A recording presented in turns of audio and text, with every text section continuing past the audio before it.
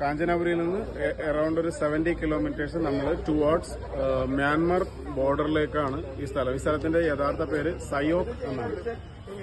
450 ഏക്കറിൽ ഒരുപാട് fruit farms, caves എല്ലാം ഈ പ്രോപ്പർട്ടിയിൽ തന്നെയാണ്.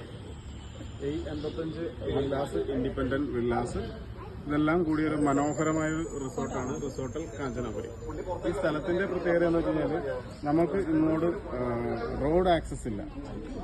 നമ്മൾ കരമാർഗം എത്തി, അതായത് വണ്ടിയിൽ വന്ന് ഇറങ്ങി ഒരു റിവറിൽ ഫുത്താക്കിയൻ പിയർ എന്ന് പറയും, ഈ പിയറിൽ വന്ന് ഇറങ്ങിയതിന് ശേഷം നമുക്ക് ലോങ് ടെയിൽ സ്പീഡ് ബോട്ടിൽ നമ്മൾ ഒരു 30 മിനിറ്റ്സ് റൈഡിലാണ് ഈ റിസോർട്ടിലേക്ക് നമുക്ക് വരുന്നത്.